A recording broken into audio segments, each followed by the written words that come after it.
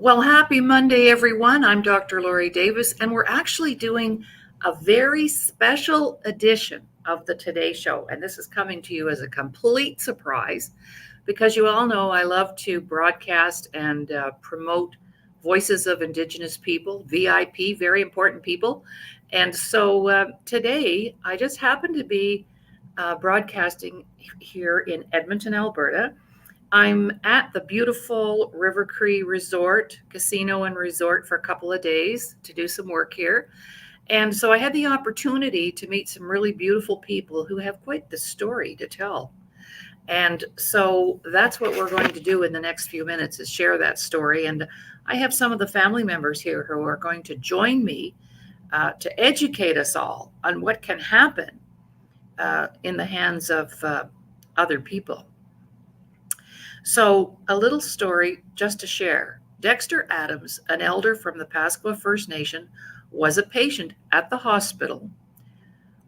Are you ready for this? I was shocked. Like my heart went to my throat when his braids, he had long braids, and the family has pictures and they'll share those, were reportedly cut by a nurse and thrown into the garbage on top of a soiled diaper.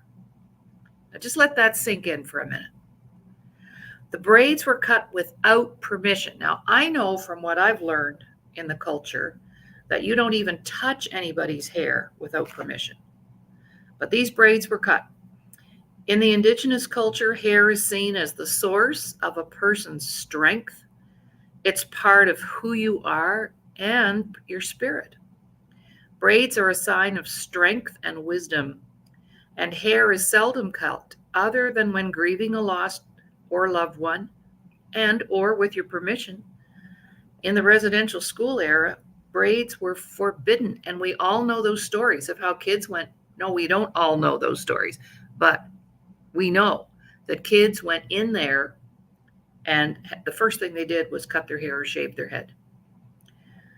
His family is outraged because not only were Dexter's braids cut, but his bear grease, an indigenous form of medicine, was also thrown away. You got to be kidding me. So if I go to the hospital and I take my something that's non-pharmaceutical, they're going to put it in the garbage. Who knows? His eagle feather was dropped and mishandled by hospital staff. And Dexter's family reports he has fallen 4 times in the hospital within 2 months, resulting in a broken shoulder first and then a broken hip. Dexter's niece, Kathleen Crow, who joins me today, says she's been told hospital staff have taken cultural sensitivity training. Well, that's a pretty good idea. Kathleen says, however, whatever training they took did not help her uncle. She says, obviously, the staff are not aware of the real issues, the backgrounds, and the circumstances involving Indigenous people. And she feels that if the training had truly reflected the importance of Indigenous medicines, protocols, and practices, none of this would have ever happened. Wow. I can't wait to hear Kathleen talk. She's joined me in the studio, and I'm going to bring her in here shortly. And we're also going to get to speak with Dexter's wife, Eve. So here we are. Welcome to the show, Kathleen. Thank you, Dr. Laurie. Well, it's such a pleasure to have you here today. And what a beautiful blessing for me and a surprise because I said, I'm not working on Labor Day. But hey, time knows no essence when it's important. So that's pretty shocking what I just read. Pretty shocking. So let me ask you this. You're the niece and the advocate for the family. And what was your first reaction when you learned about that, the braids being cut and the medicine being thrown away? Personally, for you, what happened for you? Well, at first, I didn't know about the medicine, but what I did know about was, my aunt phoned me on a gosh, I can't even remember the date offhand. Doesn't matter. It's okay. You don't need to know the dates for here. Just Anyway, my aunt just called me when she got to the hospital one morning and just said that my uncle's hair was gone. that she was, and I was like, what? And she just said that his hair is gone. It's, Well, why don't you show us a picture of those beautiful braids? You've got it right there with you, I'm sure. I do. This picture was taken on actually on April 17th. Okay. We had a friend of the family come in and do his work through his braids, and she put in the French braids so that, because he was Yeah. bedbound, it was easier to manage while he was in the hospital. So yeah, this is what his hair looked like on April 17th. Okay. And I know he was an elder. So where's the gray hair? Where is the gray? All right. Show us another picture of him and how happy he looked and peaceful. I will. This is the same day, um, April Oh, 17th. And this is yeah. the picture that was taken at the same time by the family friend who had come in and fixed his hair for us. So this was his giving the peace sign, A-OK. He was happy with his braids. And proud. And very proud of Yeah. Yeah. of uh, what our friend had done for him that day. Right. And I understand he was a residential school survivor. So growing that hair would have been a significant goal of his, Well, he attended day school, but right? yeah, yeah, yeah. Yep. Mhm. All right. Okay. So now, in sequence to that, you want to show us the picture after the braids were cut off. I will. This picture was taken on May the 4th, the right after his hair was cut at the hospital. And there's definitely a marked difference overall in his in everything. It was like a complete and total change Mm-hmm. for him. Right. Yeah, and So, how he presented uh, and everything. It having his hair cut off just affected his entire being. all right. So he would have been, thank you for that. He would have been impacted physically, emotionally, mentally, but even deeper than that, spiritually. Would you agree with that? Spiritual. I 100% I agree with that. Mm-hmm. Yeah. So how did that get explained? Like who decided that that was okay and that there had to be, that that was all right? Um, how did So that happen? it was a Saturday, and it was extremely, extremely difficult to get through to any sort of management at the hospital. It was actually quite exasperating to find somebody who could address the situation. Um, and when I finally got through to the unit manager, she had no idea that this was going on under her watch. Wow. Yeah. Wow. So she asked me to give her some time to investigate it. Yes. And yeah, but she had no idea that this was going on in the unit. Um, Oh, wow. So you know what I'm thinking about right now, Kathleen, is if something like that can happen, right. what else is going on? And how many times has somebody been disrespected, not just in that way, but in other cultural ways? Like, Exactly. really? It, Because there was a story there about also his eagle feather. Tell us about that. He had an eagle feather in his possession. perhaps I could let my aunt speak more to that one, but Okay, fair he enough. had Yep. his eagle feather with him at the hospital. And Okay. that was also mishandled by the hospital staff. And I had gone to great lengths to get him the medicine for his hair, the bear grease that we used in his hair. And it was just so, I can't even begin to explain. just Respectful, condescending? yeah, it was just the level that the hospital, the lack of care and concern from the hospital workers in Mhm. that medicine was discarded without asking any of the family about it. Or, yeah, Well, how important is it for us to have family advocacy when we're in the hospital? How, honestly, especially for your people?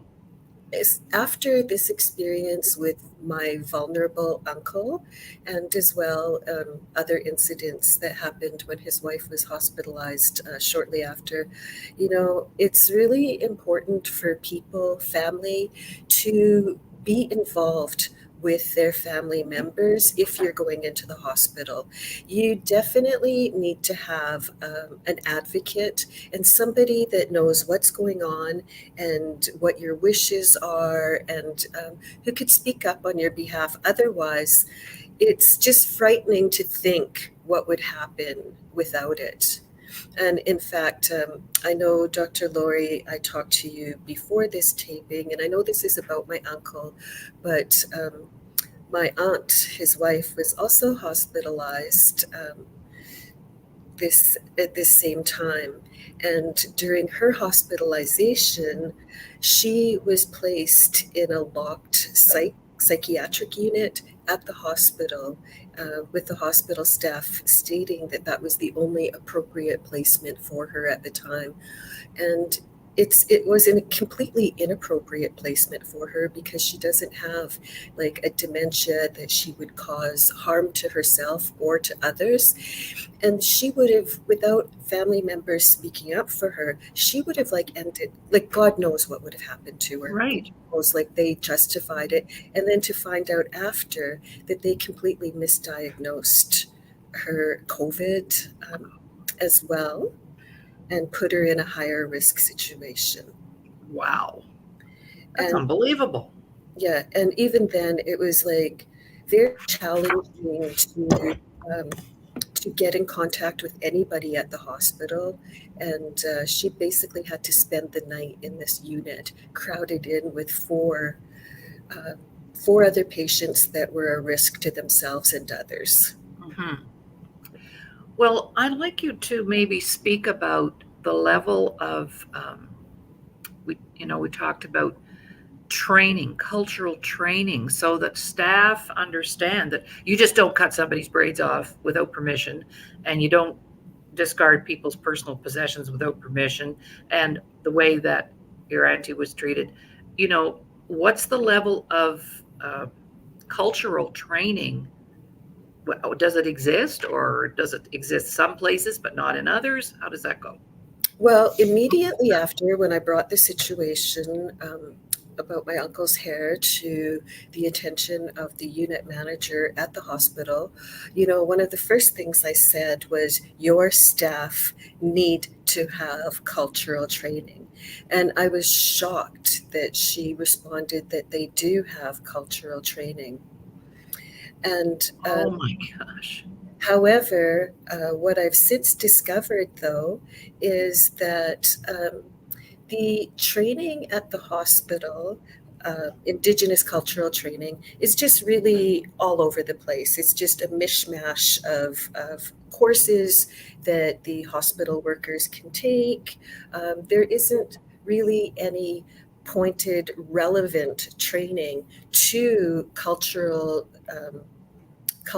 issues or culture within the hospital itself. There isn't that type of training there. For example, like um, hospital workers shouldn't be cutting anybody's hair. Anybody's hair. That's very personal.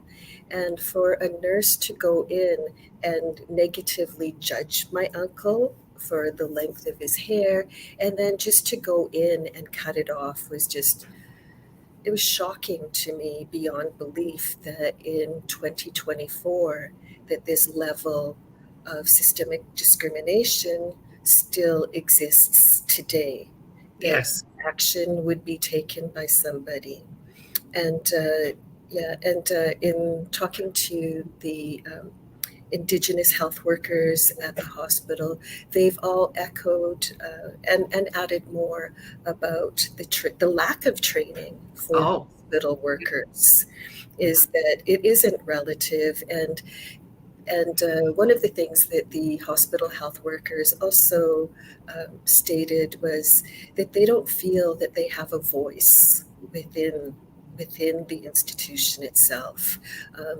Their recommendations aren't taken seriously. seriously by the hospital management. And I felt that they were just brought in as an afterthought, with my Mhm. medical situation, rather than in a real and meaningful manner. Um, Mhm. So tell me a little bit about uh, obviously you filed a complaint of some sort. How did we how did that work for you? So far, it's just an informal complaint that we Mhm. have, and the hospital just responded with management looking into it, but really nothing was ever done. And about it, there has been like nothing formal done from the hospital at all about cutting my uncle's hair. Mm. And also, you shared maybe that you weren't really happy with not just those kinds of things that happened, but the professional protocol of record keeping and documentation. What was your experience around that? Well, we reached out to the FSIN Health Ombudsman in Saskatchewan because we are Saskatchewan First Nations members. So we we are entitled to that service. Hmm. So um, they have come in and they have investigated. They have requested hospital records, but not all of the records were handed over to us. So we are still waiting for a few more of those records. But the ones that we do have do show an inconsistency in reporting. Um, for example, around the time of cutting my uncle's hair, there's no documentation in the nursing records for what happened that day. Right. And there is no documentation from the time of cutting his hair, May 4th, to I believe the 1st of April. I'd have Hmm. to verify that information for sure, but Well, that's okay. it just seems how are they doing their work if they're not recording this information, or if they're not reporting thoroughly on the patients that they're dealing with, or are they suppressing information? Oh, withholding. Right. Okay. So, how wonderful though that you had that agency to go to, you know, the Office of the First Nations Health Ombudsman person. I always want to put men in there, but Ombudsperson's office, Right. because that's a new service that has been created in the last couple of years to support Indigenous population that are being mistreated within the healthcare system. And I don't think they have any shortage of cases, if I understand correctly. Yeah, So, yeah. right, exactly. So kudos to them, and what a wonderful thing. And that's the only one in all of Canada yet where there's a place where people can go and express what's going on and then come back to it. All right. So, what are some of your thoughts around what could happen? What in, let's say, in your wildest dreams, and money's not an issue, and there's no obstacles.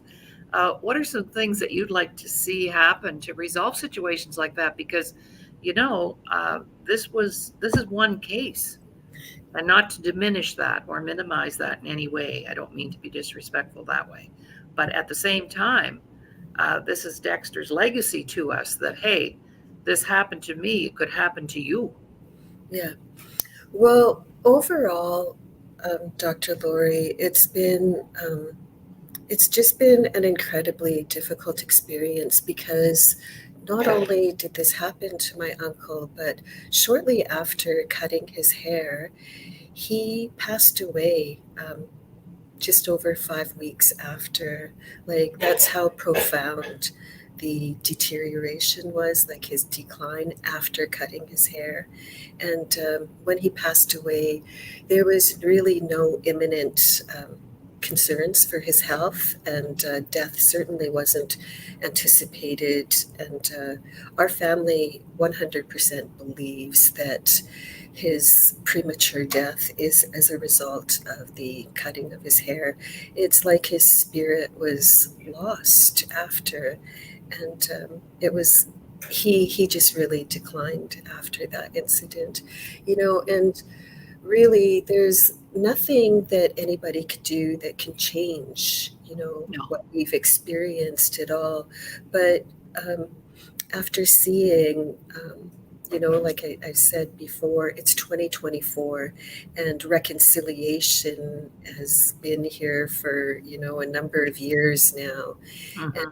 definitely reconciliation in the healthcare field is of vital importance to First Nations people, so that they can that it stops, with Yes. judging us based on our looks and based on, the ignorance of those people in that field.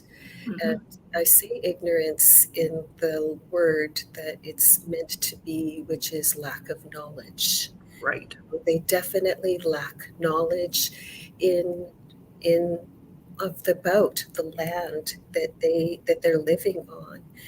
We don't have anywhere else to go. This is our home. This is, we don't have like a, Philippines to, emigrate back to. This is our home.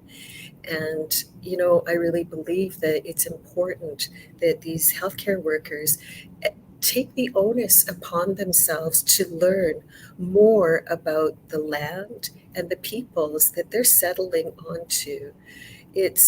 We're human beings, and my uncle deserved that respect that he didn't get. He went through a lifetime of the worst kinds of discrimination, and the end of his life was overshadowed with that same sort of abuse that he lived his entire life with.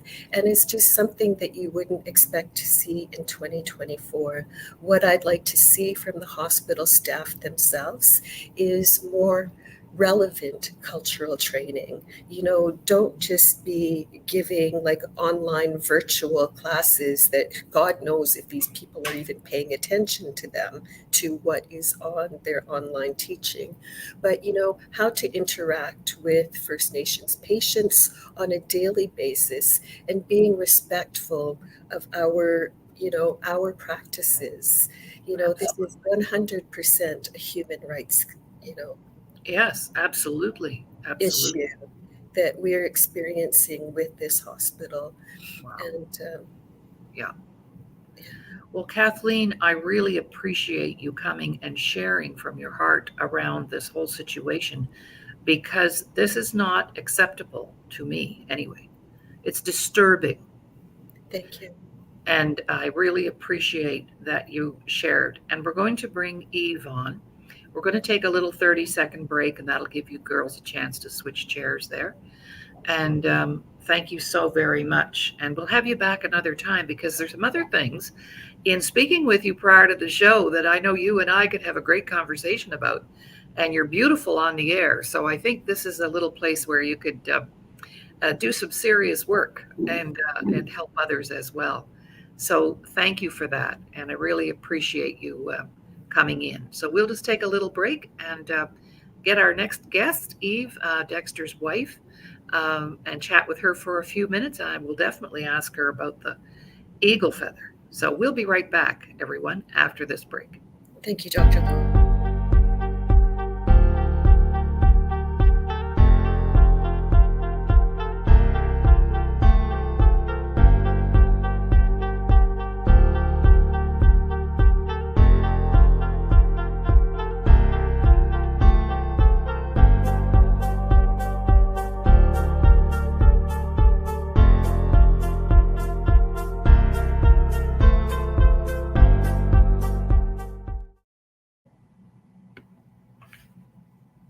Welcome back, everyone. I'm Dr. Laurie Davis, and today we're doing a special edition of the Today Show featuring one of my sidelines, which is the VIP show, Voices of Indigenous People. And I'm working out of Edmonton today, Edmonton, Alberta, and I'm staying at the beautiful River Cree Casino and Resort and doing some work with a very good friend of mine. And, we just wanted to share this particular story because it's so heart wrenching and it's just bringing to light maybe some things that are going on that we're not aware of and that we need to be aware of. Because when we have a tragedy, a death, a sickness, a setback, that affects all aspects of our personality, all aspects of our humanness, if you will. So culturally, especially, so we're affected physically, emotionally, spiritually, and mentally. And those are the four quadrants of the medicine wheel. And we're always talking about being balanced and living by those principles. So we're just waiting for our next guest. She'll just be here for a very few minutes, but she agreed to come on the show. And as I shared earlier, if you're just joining us, this is a situation, it's a cultural situation that happened in one of our hospitals where a staff person felt that it was quite okay for her to cut off a man's braids, an elder's braids, and throw them in the garbage. And then get rid of his bear grease, which he used in his hair. This is not acceptable. And so this is just out of ignorance, not knowing any better, not understanding any better. Wow. Like, how can that happen? Because I learned, one of the very first things I learned when I was learning more about the culture is don't touch my hair without asking. Well, I think across the board, that would be just out of respect, touching us even personally. I don't ever give anybody a hug unless I ask first, especially if it's somebody I don't know, and say, hey, do you need a hug? Would you like a hug? And so that's what we're here for today. Just, an impromptu special edition of the Today Show. And I checked it out with our boss and he said, yeah, go for it. I said, I have a chance to do an interview. There are some people here at the resort who had this experience recently and would like to share their story. And he said, thank you, Jay, for the support. And Jay said, sure, let's do it. So here we are. So what I picked up from in talking with the family and the, some other informants, there's a thing called the Sanyas level of harm. And this is a tool that is used to measure the level of harm that a person can experience while under care. And number 5 being death. So 1 to 5, and it's laid out in 1 to 5, and that means how it's impacted that individual emotionally, physically, spiritually, and mentally. And certainly Dexter falls under the 5 category. That would be number 5. And I understand there, he had been moved to a long care facility and he didn't really have any life-threatening situation. He was just an elder needing long-term care, moved over to that. And so, it's just unfortunate that this situation occurred at all. And there were, lots of other issues around his stay that we could talk about if we had 3 weeks, but we don't. So, but we may do another show because there may be another situation that we need to be putting out there. And I don't think it's not about finding fault or blaming anybody. It's just, like Kathleen said, a sheer lack of knowledge and education. Really, if you want to learn more about what happened to our Indigenous people when the Europeans landed, just go to YouTube. Go to YouTube and look up residential school. It'll shock you. You won't even believe it. I've shared this before on other shows, but I grew up in Nova Scotia, and my dad grew up in a little town called Stewiacke, Nova Scotia, which there are several reserves just 10 minutes down the road from there. But there was a big residential school there as well. And we didn't know what it was. We thought it was a hospital of some sort. We had no idea what was going on in there. So if you don't have the education or the knowledge, you can't even begin to understand how disturbing some of the things are that are going on in places where people are supposed to be cared for and looked after. And we've all got situations we could share about not getting treated properly, at the bank or at the hospital or at emergency, or it goes on every day. But isn't that disturbing? That's disturbing. So this kind of wrenched my heart when I heard it. I went, we have to talk about that, and we have to let this family have an opportunity to share their story and their feelings and what went on for them. So I see that Eve is here, and we're just going to ask her a couple of little questions. And Dexter was married to Eve, and so this is her partner that she lost. And this isn't fun. This is not good at all. And I had lunch with Eve, and it was just such an honor to be with her, an elder in the community. And so let's bring her on. Here's the beautiful Eve. Look at you. Hi. Hi, Dr. Laurie. How are you right now? You feeling I'm very okay? well. I'm feeling fine, thank you. I love your shawl. Beauty. Thank you. Yes. So this was your partner. This was your mate. This was your soulmate, I'm thinking, that Yes. passed away, Yes. Dexter. Yes. Right. Right. So Kathleen told me you would talk about the eagle feather and the mistreatment of that little experience. Can you share a little bit about that? Yes. When the eagle feather was brought to the hospital, it was placed in the second drawer. Then somebody had picked it up and dropped it on the floor, put it back in the drawer. Ooh. You just gave me chills. Just picked it up, put it in the drawer, and walked away and never said a word. Wow. Well, that person doesn't know much. No, they don't. No, they don't. They had no idea what they had just done. Mm-hmm. Yeah. So, is there anything that you would like to share about Dexter? Maybe you could tell us a little bit about him. You know, what kind of man he was. How long were you together, for starters? We were together for almost 55 years. Wow. Yes. You don't see that very often. Well, he was a very special man, a very kind man. Right. I know this might hurt a little because very fresh, and that's okay. Okay, it's all right. So, what are some things he liked to do? Oh, he loved being outdoors. He loved being with family, with children. He just loved life. Mm-hmm. Well, you could see it in those pictures. Yes, yes. Yes. Yes. Wow. And I believe you weren't feeling so great yourself during all of this. This must have been very hard for you to be able to handle all that, plus your own situation. That's correct. Yes. Mm-hmm. Mm-hmm. And what was your first reaction when you found out about the hair cutting incident? When I went up to the hospital to visit him that day, he was just sitting in sort of, I guess, it's the common area around the nursing station.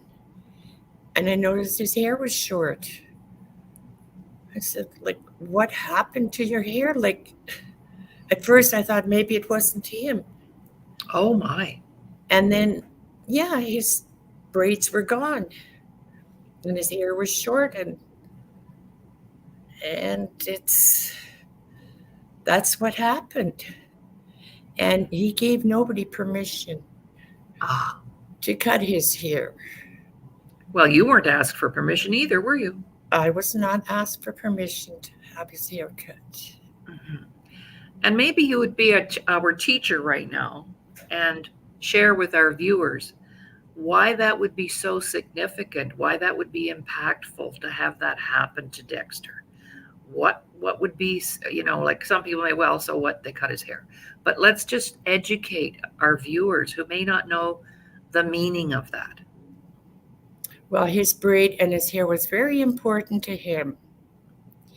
And it was so important that even when he brushed his hair, he would remove the hair from his brush and save it.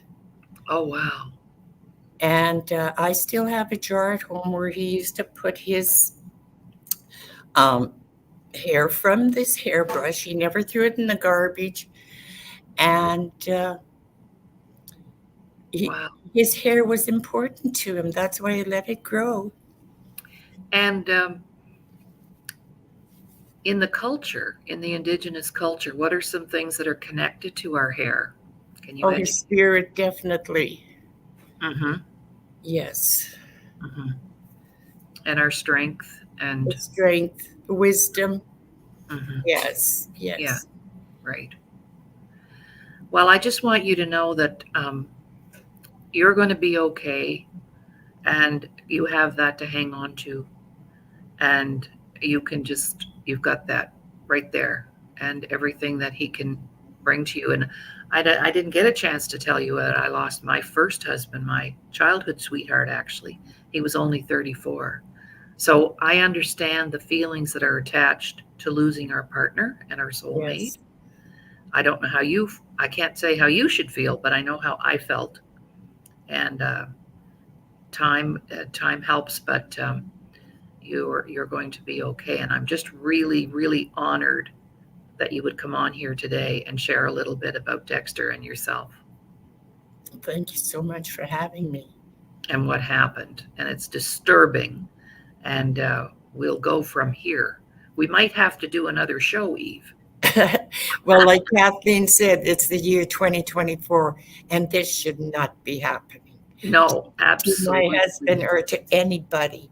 That's right. And I hope people that hear this will realize that how important this is Mm-hmm.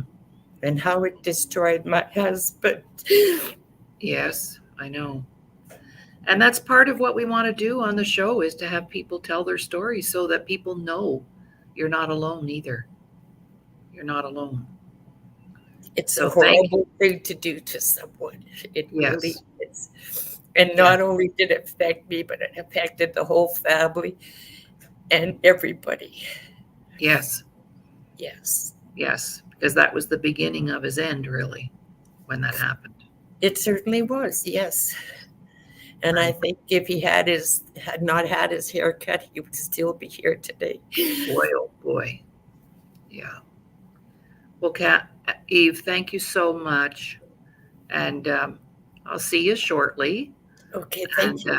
You did great. You look beautiful on television. I think you and Kathleen start a show or something. All right. Thank you so much, Dr. Laurie. Oh, you're welcome. So this is the Today Show, a special edition today, Voices of Indigenous People, with a very special story.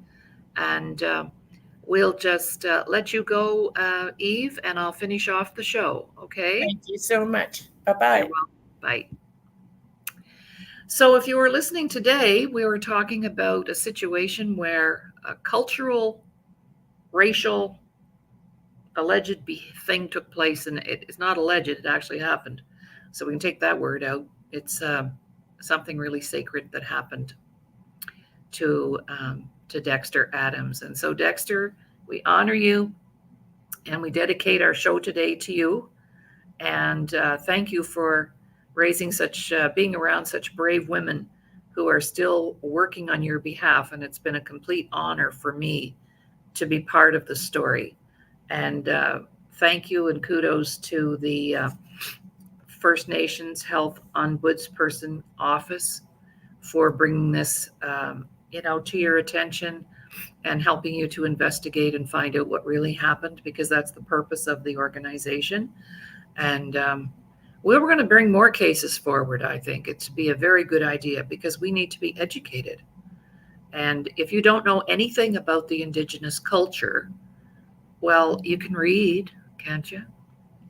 So let's go. You don't have to be Indigenous to honor and appreciate the culture. I know that from experience. So we'll be back tomorrow. Tuesday's a full day, 9:00 tomorrow morning, with Dr. Ramin Modiri in finance. And I don't know what he has planned. And then an hour later, guess what? Doug Smith, former NHLer, is going to interview me. I'm so honored. He said, I think we need to interview you, Dr. Laurie, and find out more about you. So that's our show lineup for tomorrow here on the Disability Channel. Thank you so much for listening. And we're streaming live right now on YouTube, Laurie Davis Show Host. So you can go in there at any time and watch the show. Bye for now.